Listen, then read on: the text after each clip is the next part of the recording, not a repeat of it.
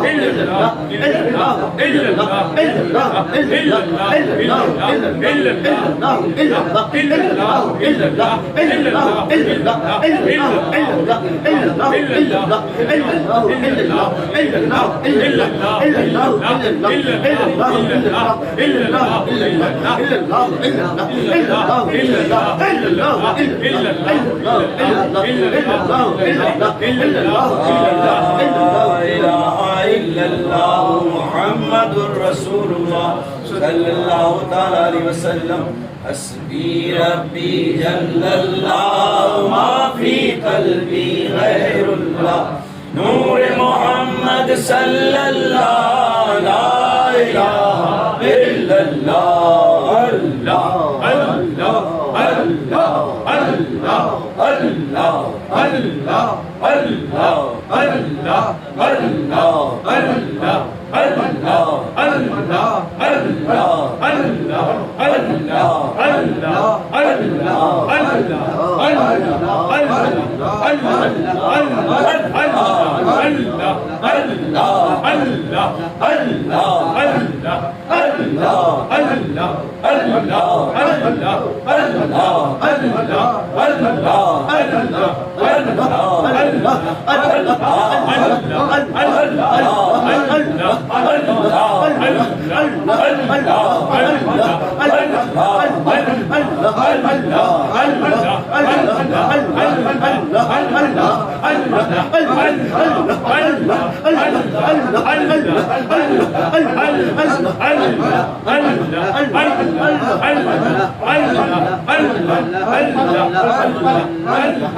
اللهم صل على سيدنا محمد وعلى آله وصحبه وسلم اللهم صل على سيدنا محمد وعلى آله وصحبه وسلم اللهم صل على سيدنا محمد وعلى آله وصحبه وسلم اللهم صل على سيدنا محمد وعلى آله وصحبه وسلم اللهم صل على سيدنا محمد وعلى آله وصحبه وسلم اللهم صل على سيدنا محمد وعلى آله وصحبه وسلم